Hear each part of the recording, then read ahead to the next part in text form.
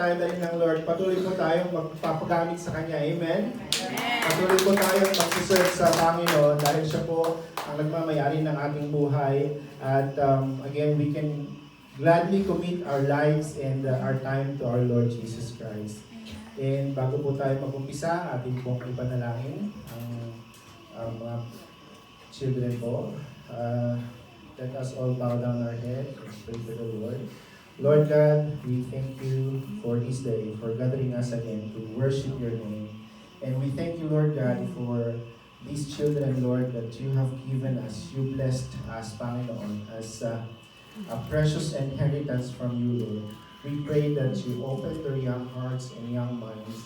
Mold them, Panginoon, upang sila po maging a new generation of your leaders, Panginoon, sa iyong pong simbahan. We pray also sa mga teachers, Panginoon, na magtuturo po sa kanila sa pag-aaral nila for today. May you give them love, may you give them patience, Panginoon, upang patuloy po nilang maturuan ang mga batang ito na sumunod po sa iyong dakilang pangalan.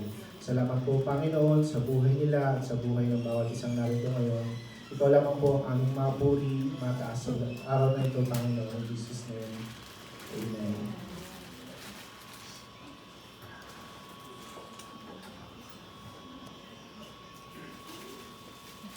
Magandang umaga po ulit.